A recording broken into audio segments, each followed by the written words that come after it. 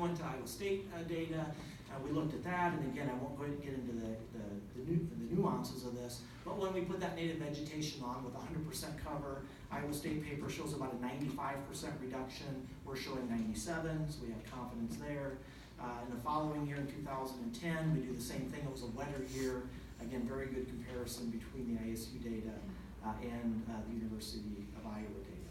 Now, we know that 100% native vegetation is not realistic, so now we're going to start narrowing it back down.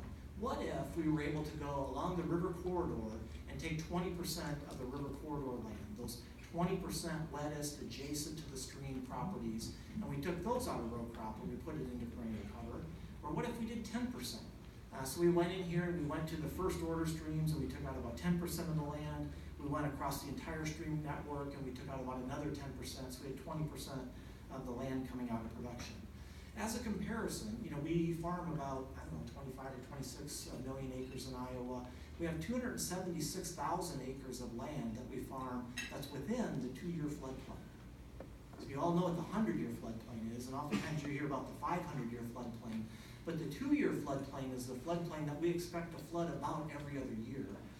So we have about 276,000 acres within that 2-year floodplain. So could we take some of that land out of production?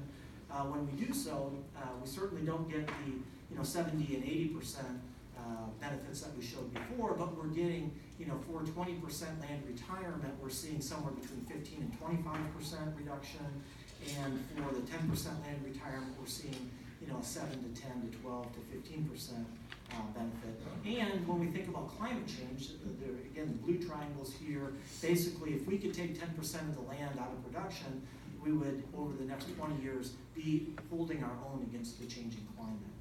So I think we've got to start thinking about how we address our changing climate in the state. And so here we see, again, with just under 20% reduction with the different sizes of storms or the exceedance probability, we get about 5 of those storms that would have been reduced by more than 20%.